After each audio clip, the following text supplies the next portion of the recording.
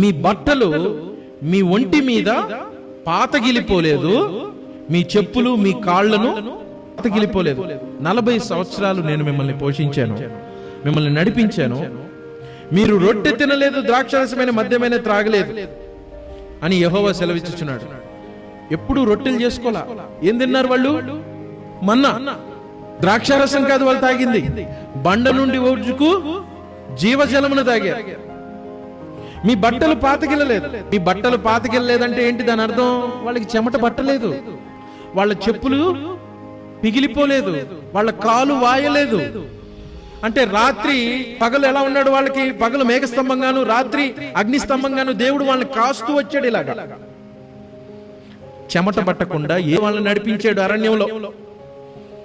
టైంకి ఫుడ్ పెడుతూ, కావాల్సినవి ఇస్తూ, దేవుడు నిబంధన చేసిన ప్రజల్ని ఆయన పోషించిన విధానం అది. ఒకసారి క్రీస్తును ఒప్పుకున్నవాడు, క్రీస్తును అంగీకరించిన వాడు, దేవుడు వాడిని పోషించిన విధానం అది. దేవుడు వారిని హక్కును చేర్చుకున్నప్పుడు వాళ్ళకి బట్టలు చిరిగిపోలా, కొనాల్సిన అవసరం లేదు. ఆయన అన్నాడు, అడవి పువ్వులను చూడుడి, అవి ఎలాగ అలంకరించబడ్డవో సొలొమోను సైతం కూడా అలాగూ అలంకరించబడలేదు. దేవుడు సమస్తమును మనకు దయచేయను. మనం దేవుడి యందు ఉండవలసింది పోయి మానవుడు ఈ యహ సంబంధమైన వాటి మీద పెట్టుకోవడం అనేది అదే సమస్య.